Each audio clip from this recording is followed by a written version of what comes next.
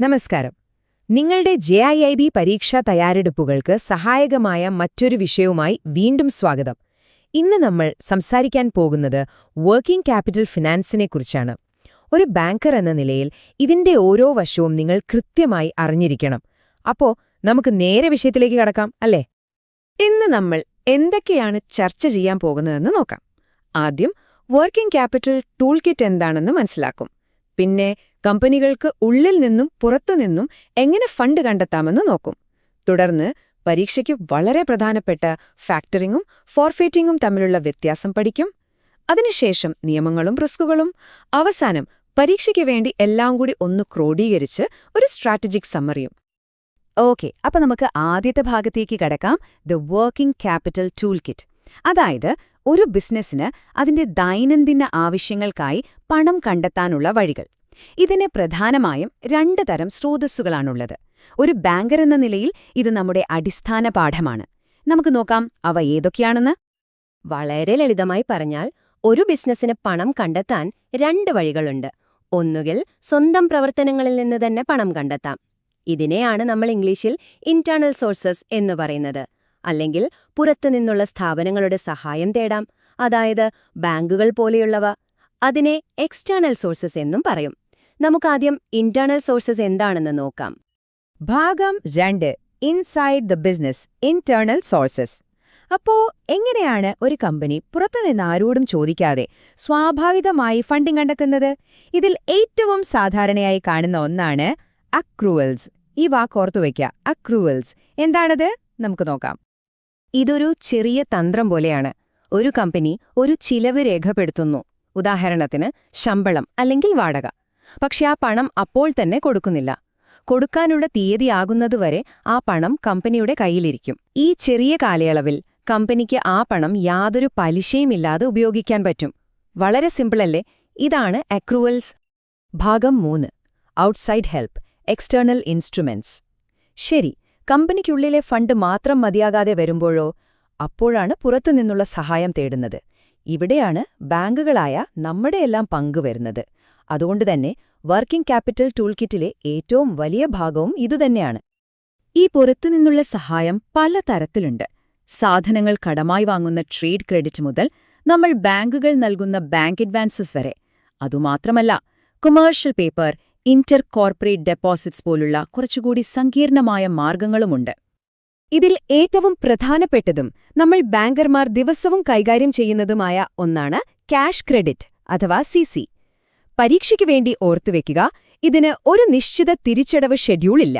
മാത്രമല്ല, ഇത് നൽകുന്നത് സ്റ്റോക്ക്, ഡെപ്റ്റേഴ്സ് പോലുള്ള ആസ്തികൾ ഈടായി വെച്ചുകൊണ്ടാണ്. ബാങ്കുകളെ മാത്രം ആശ്രയിക്കാതെ കമ്പനികൾക്ക് പണം കണ്ടെത്താൻ മറ്റു വഴികളുമുണ്ട്. പൊതുജനങ്ങളിൽ നിന്ന് നിക്ഷേപം സ്വീകരിക്കുന്ന പബ്ലിക് ഡെപ്പോസിറ്റ്സ്, ഒരു കമ്പനി മറ്റൊരു കമ്പനിയിൽ നിന്ന് ഹ്രസ്വകാലത്തേക്ക് കടം വാങ്ങുന്ന ഇന്റർ കോർപ്പറേറ്റ് ഡെപ്പോസിറ്റ്സ് അഥവാ ICDS, പിന്നെ നല്ല ക്രെഡിറ്റ് റേറ്റിംഗ് ഉള്ള കമ്പനികൾക്ക് ഇറക്കാൻ പറ്റുന്ന കൊമേഴ്ഷ്യൽ പേപ്പർ അഥവാ CP. ഈ കൊമേഴ്ഷ്യൽ പേപ്പറിനെക്കുറിച്ച് നമ്മൾക്ക് വഴിയെ വിശദമായി സംസാരിക്കാം. ഇനി 4ാം ഭാഗം.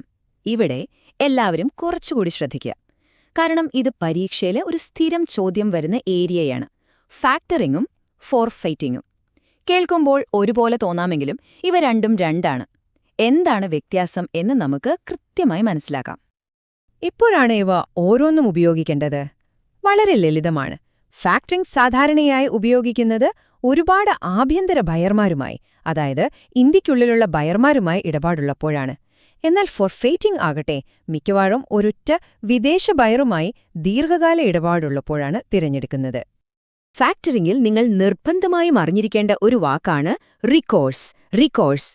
ഇത് റിസ്കുമായി ബന്ധപ്പെട്ടതാണ്. വിത്ത് റിക്കോഴ്സ് ഫാക്ടറിംഗ് ആണെങ്കിൽ ബയർ പണം തന്നില്ലെങ്കിൽ ആ നഷ്ടം തിരികെ വിൽപ്പനക്കാരന്റെ അടുത്തേക്ക് തന്നെ വരും. എന്നാൽ വിത്തൌട്ട് റിക്കോഴ്സ് ആണെങ്കിലോ ആ റിസ്ക് മുഴുവൻ ഫാക്ടർ എന്ന സ്ഥാപനം ഏറ്റെടുക്കും. വിൽപ്പനക്കാരൻ സേഫായി. എന്നാൽ ഫോർഫെറ്റിംഗിന്റെ കാര്യം കുറച്ചുകൂടി എളുപ്പമാണ്. കാരണം ഇത് എപ്പോഴും വിത്തൌട്ട് റിക്കോഴ്സ് ആയിരിക്കും. അതായത് വിൽപ്പനക്കാരന് യാതൊരു റിസ്ക്കുമില്ല. ഇത് അന്താരാഷ്ട്ര വ്യാപാരത്തിനു വേണ്ടിയുള്ളതാണ്. ഇൻവോയ്സ് തുകയുടെ 100% വരെ ഫിനാൻസിംഗ് കിട്ടാനും സാധ്യതയുണ്ട്. 5ാം ഭാഗം. നിയമങ്ങളും അപകടസാധ്യതകളും. ഈ ടൂൾസിനെക്കുറിച്ചൊക്കെ പഠിച്ചാൽ മാത്രം പോരാ. ഒരു നല്ല ബാങ്കർ ആകണമെങ്കിൽ ഇതിന്റെ പിന്നിലെ നിയമങ്ങളും അതിൽ ഒളിഞ്ഞിരിക്കുന്ന റിസ്കുകളും നമ്മൾ അറിഞ്ഞിരിക്കണം. അതാണ് നമ്മളെ മറ്റുള്ളവരിൽ നിന്ന് വ്യത്യസ്തനാക്കുന്നത്. നമ്മൾ നേരത്തെ പറഞ്ഞ കൊമേഴ്ഷ്യൽ പേപ്പർ ഓർമ്മയില്ലേ? അത് പുറത്തിറക്കാൻ സെബിയുടെ കർശനമായ നിയമങ്ങളുണ്ട്. മിനിമം A3 ക്രെഡിറ്റ് റേറ്റിംഗ് വേണം, കുറഞ്ഞത് 5 ലക്ഷം രൂപയുടെ ഡിനോമിനേഷനിലിറക്കാൻ പറ്റൂ, കാലാവധി 15 ദിവസം മുതൽ 1 വർഷം വരെ മാത്രം. ഈ നമ്പറുകൾ പരീക്ഷയ്ക്ക് വളരെ പ്രധാനമാണ്, നോട്ട് ചെയ്തോളൂ. ഇനി നമ്മുടെ സ്വന്തം തട്ടകമായ ബാങ്ക് അഡ്വാൻസുകളുടെ കാര്യം. നമ്മൾ ക്യാഷ് ക്രെഡിറ്റ് കൊടുക്കുമ്പോൾ ഒരുപാട് നിബന്ധനകൾ വെക്കാറില്ലേ? എന്തിനാണത്? സ്റ്റോക്കിന്റെയും ഡെപ്റ്റേഴ്സിന്റെയും മേലുള്ള അവകാശം, കൃത്യമായ റിപ്പോർട്ടിംഗ്, RBIയുടെ നിയമങ്ങൾ പാലിക്കുന്നുണ്ടോ എന്നുള്ള പരിശോധന, ഇതെല്ലാം ബാങ്കിന്റെ പണം സുരക്ഷിതമാക്കാനാണ്. ഒരു ഇടപാടിൽ റിസ്ക് എപ്പോഴും 2 ഭാഗത്തുമായിരിക്കും. കടം വാങ്ങുന്നയാൾക്ക് ഈടുവെച്ച് ആസ്തി നഷ്ടപ്പെടുമോ എന്ന് പേടിയുണ്ടാകും. എന്നാൽ അതായത് കടം കൊടുക്കുന്ന ബാങ്കിന്റെ റിസ്ക് എന്താണ്? കടം വാങ്ങിയയാൾ പണം തിരിച്ചു തരാതിരിക്കുക, അല്ലെങ്കിൽ ഈടുവെച്ച് ആസ്തിയുടെ വിലയിടിയുക. ഇതൊക്കെയാണ് നമ്മുടെ തലവേദന. ഓക്കേ, ഇപ്പോൾ നമ്മൾ അവസാന ഭാഗത്തേക്ക് എത്തിയിരിക്കുന്നു, പരീക്ഷയ്ക്കുള്ള സംഗ്രഹം.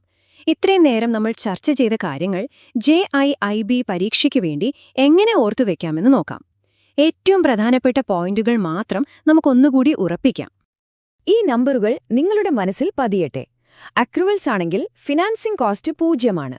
ഫോർഫെയ്റ്റിംഗ് ആണെങ്കിൽ 100% വരെ ഫിനാൻസിംഗ് ലഭിക്കാം, അതും 5 വർഷം വരെ. ICDകളാകട്ടെ 6 മാസം വരെയുള്ള ചെറിയ ആവശ്യങ്ങൾക്കാണ് ഏറ്റവും ഉചിതം. അപ്പോ നിങ്ങളുടെ അവസാന നിമിഷത്തെ റിവിഷൻ പോയിന്റുകൾ ഇതാ. ഇന്റേണലും എക്സ്റ്റേണലും തമ്മിലുള്ള വ്യത്യാസം, ഫാക്ടറിംഗിലെ വിത്ത് റീകോഴ്സും വിത്തൌട്ട് റീകോഴ്സും, ഫോർഫെയ്റ്റിംഗ് എപ്പോഴും അന്താരാഷ്ട്ര വ്യാപാരത്തിനാണെന്നുള്ള കാര്യം, പിന്നെ കൊമേഴ്ഷ്യൽ പേപ്പറിന്റെ നിയമങ്ങളും. ഇത് മാത്രം ഓർത്താൽ തന്നെ ഒരുപാട് ചോദ്യങ്ങൾക്ക് ഉത്തരം നൽകാനാകും.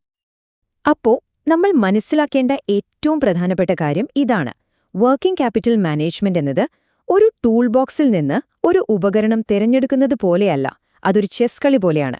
ഓരോ സാഹചര്യത്തിനും അനുയോജ്യമായ ഏറ്റവും മികച്ച നീക്കം നടത്തണം. ശരിയായ ടൂളുകളുടെ ഒരു മിശ്രിതം കണ്ടെത്തണം.